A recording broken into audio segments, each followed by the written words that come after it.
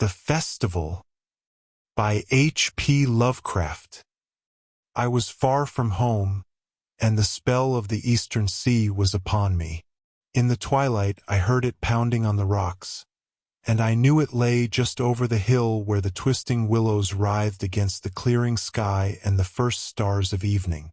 And because my fathers had called me to the old town beyond, I pushed on through the shallow, new-fallen snow along the road that soared lonely up to where Aldebaran twinkled among the trees, on toward the very ancient town I had never seen but often dreamed of.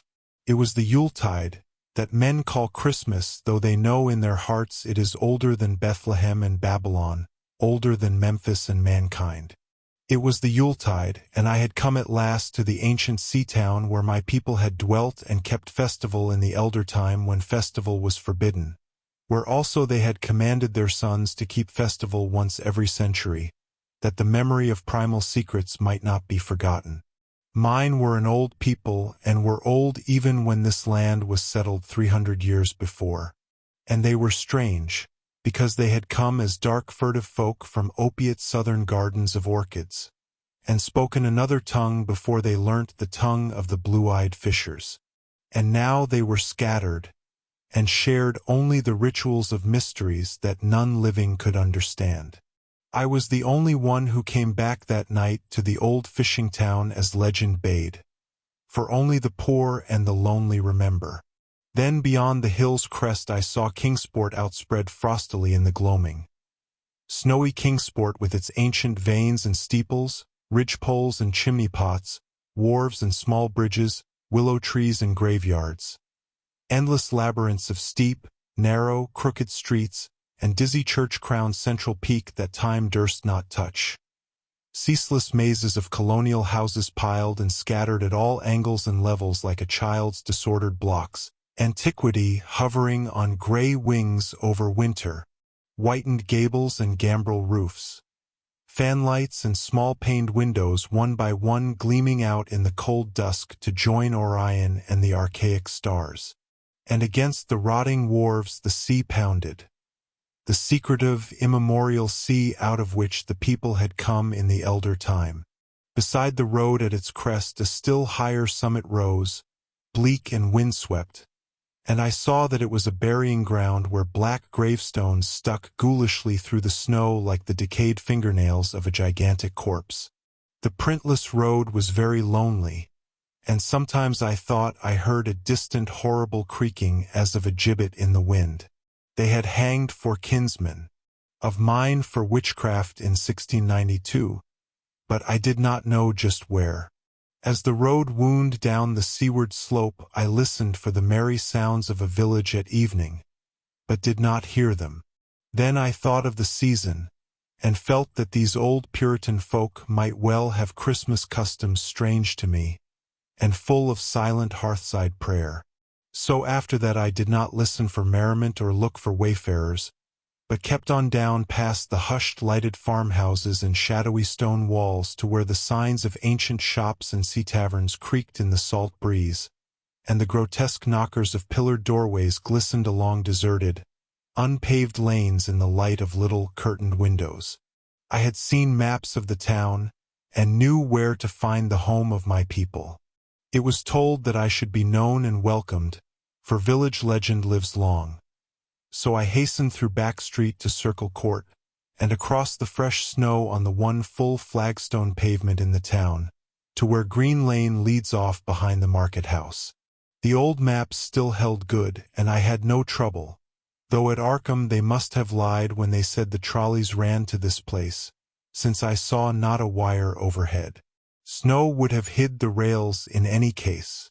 I was glad I had chosen to walk, for the white village had seemed very beautiful from the hill, and now I was eager to knock at the door of my people, the 7th house on the left in Green Lane, with an ancient peaked roof and jutting second story, all built before 1650. There were lights inside the house when I came upon it, and I saw from the diamond window panes that it must have been kept very close to its antique state.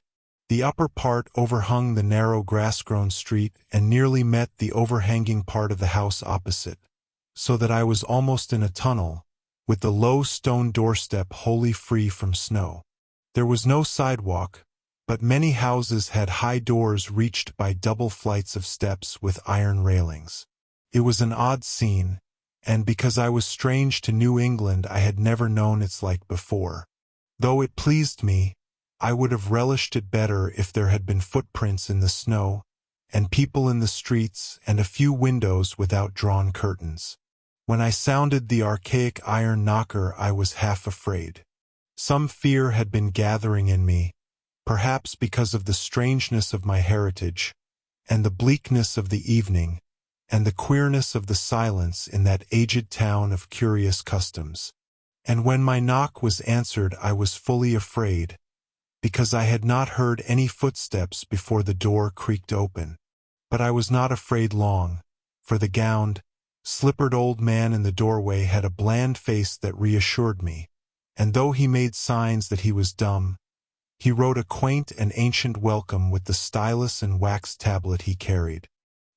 He beckoned me into a low, candle-lit room with massive exposed rafters and dark, stiff, sparse furniture of the 17th century.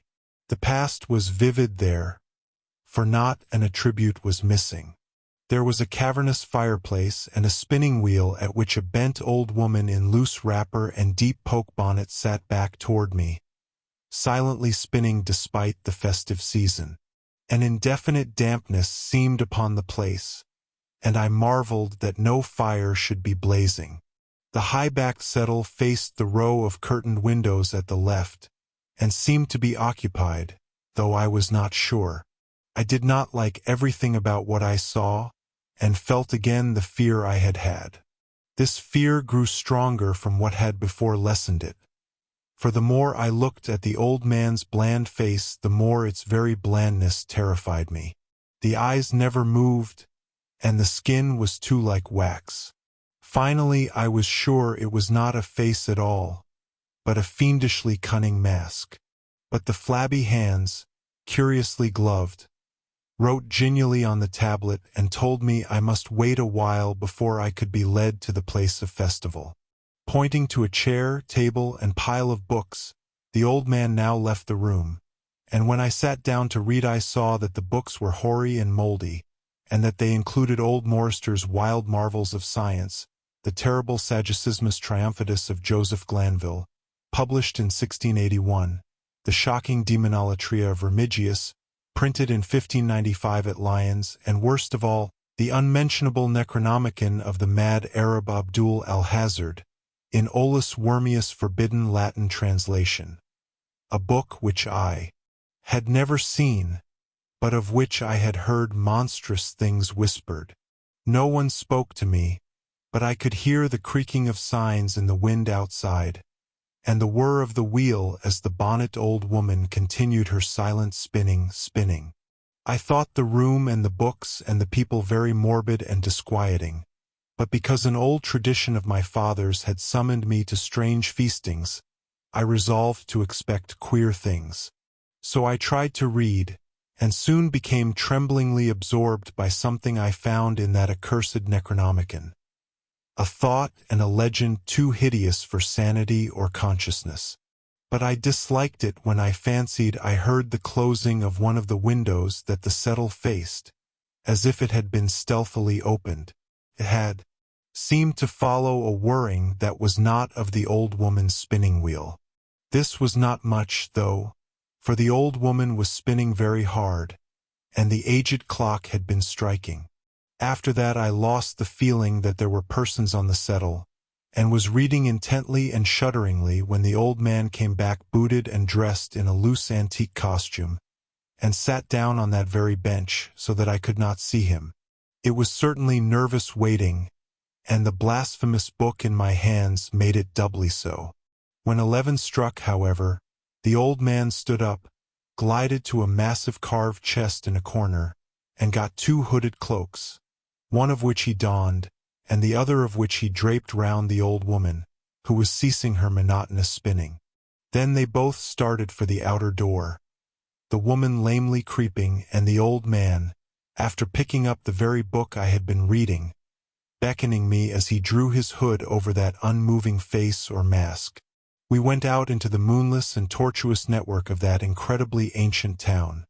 Went out as the lights in the curtained windows disappeared one by one, and the dog's star leered at the throng of cowled, cloaked figures that poured silently from every doorway and formed monstrous processions up this street and that, past the creaking signs and antediluvian gables, the thatched roofs and diamond-paned windows, threading precipitous lanes where decaying houses overlapped and crumbled together, gliding across open courts and churchyards where the bobbing lanterns made eldritch, drunken constellations.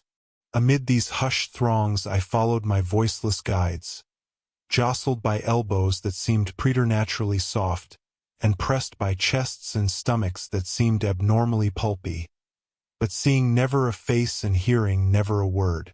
Up the eerie columns slithered, and I saw that all the travelers were converging as they flowed near a sort of focus of crazy alleys at the top of a high hill in the center of the town, where perched a great white church. I had seen it from the road's crest when I looked at Kingsport in the new dusk, and it had made me shiver because Aldebaran had seemed to balance itself a moment on the ghostly spire. There was an open space around the church, partly a churchyard with spectral shafts, and partly a half-paved square swept nearly bare of snow by the wind, and lined with unwholesomely archaic houses having peaked roofs and overhanging gables. Death fires danced over the tombs, revealing gruesome vistas, though queerly failing to cast any shadows. Past the churchyard, where there were no houses, I could see over the hill's summit and watch the glimmer of stars on the harbor, though the town was invisible in the dark. Only once in a while a lantern bobbed horribly through serpentine alleys on its way to overtake the throng that was now slipping speechlessly into the church. I waited till the crowd had oozed into the black doorway, and till all the stragglers had followed. The old man was pulling at my sleeve, but I was determined to be the last. Then I finally went, the sinister man and the old spinning woman before me. Crossing the threshold into that swarming temple of unknown darkness, I turned once to look at the outside world as the churchyard phosphorescence cast a sickly glow on the hilltop pavement. And as I did so I shuddered. For though the wind had not left much snow, a few patches did remain on the path near the door, and in that fleeting backward look it seemed to my troubled eyes that they bore no mark of passing feet, not even mine. The church was scarce lighted by all the lanterns that had entered it, for most of the throng had already vanished. They had streamed up the aisle between the high white pews to the trapdoor of the vaults which yawned loathsomely open just before the pulpit, and were now squirming noiselessly in. I followed dumbly down the foot-worn steps and into the dank, suffocating crypt. The tale of that sinuous line of night marchers seemed very horrible, and as I saw them wriggling into a venerable tomb they seemed more horrible still. Then I noticed that the tomb's floor had an aperture down which the throng was sliding, and in a moment we were all descending an ominous staircase of rough-hewn stone. A narrow spiral staircase, damp and peculiarly odorous, that wound endlessly down into the bowels of the hill past monotonous walls of dripping stone blocks and crumbling mortar. It was a silent, shocking descent, and I observed after a horrible interval that the walls and steps were changing in nature, as if chiseled out of the solid rock. What mainly troubled me was that the myriad footfalls made no sound and set up no echoes. After more eons of descent, I saw some side passages or burrows leading from unknown recesses of blackness to this shaft of night mystery. Soon they became excessively numerous, like impious catacombs of nameless menace, and their pungent odor of decay grew quite unbearable. I knew we must have passed down through the mountain and beneath the earth of Kingsport itself, and I shivered that a town should be so aged and maggoty with subterraneous evil.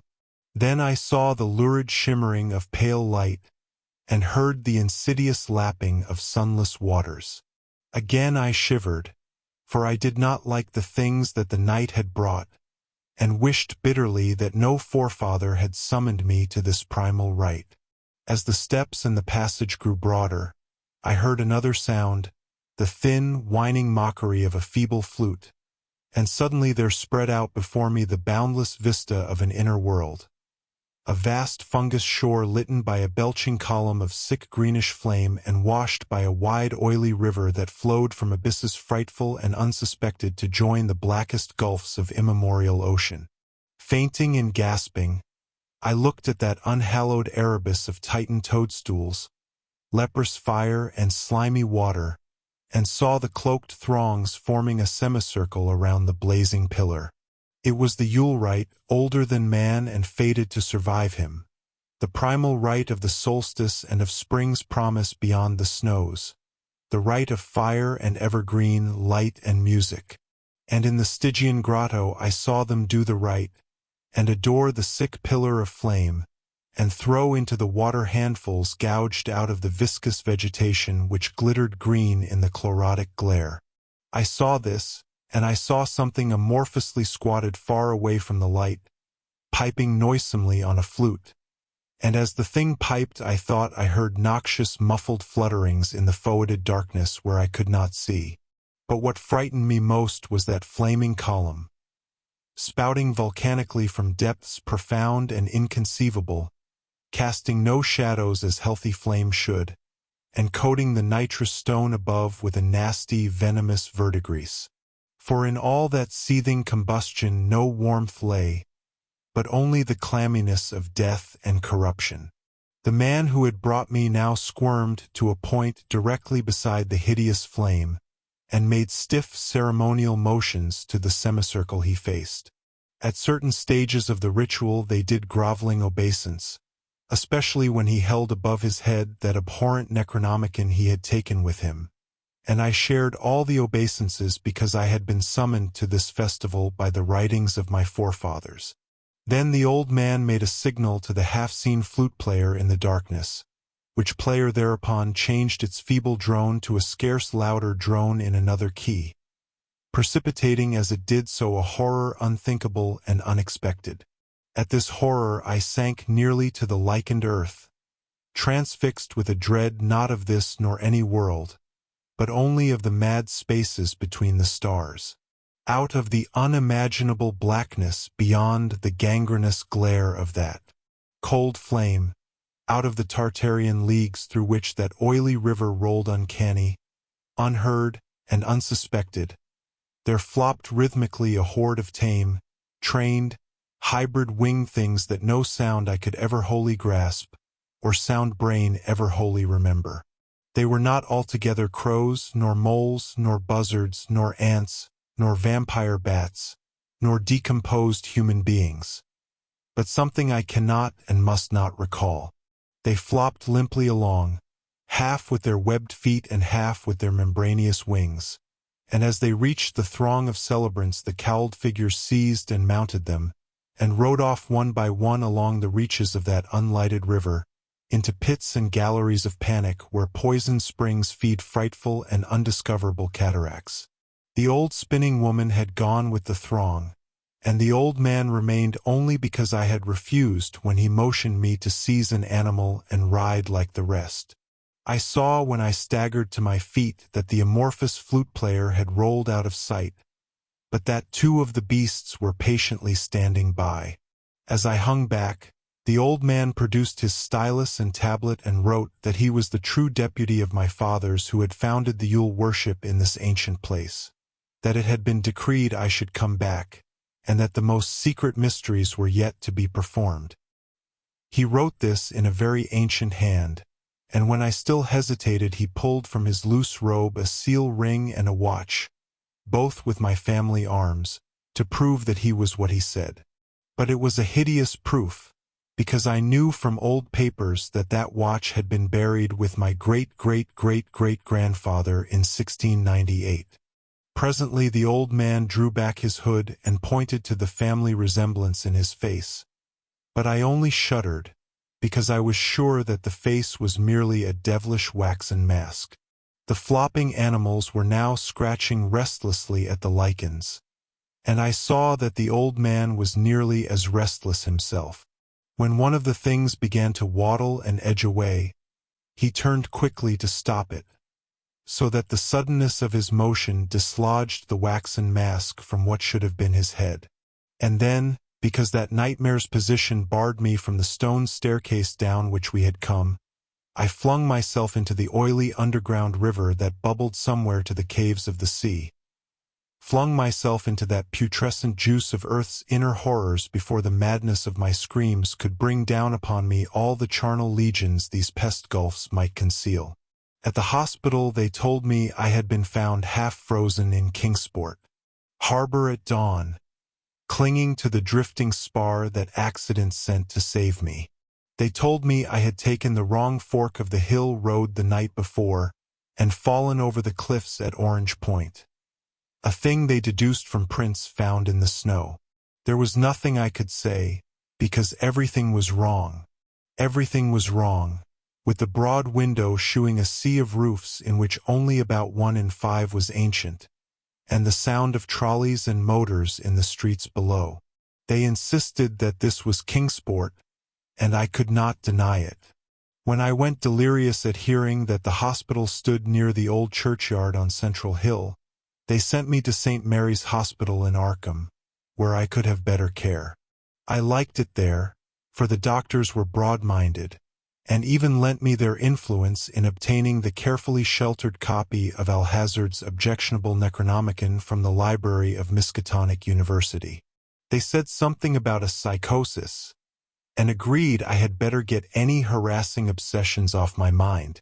So I read again that hideous chapter, and shuddered doubly because it was indeed not new to me.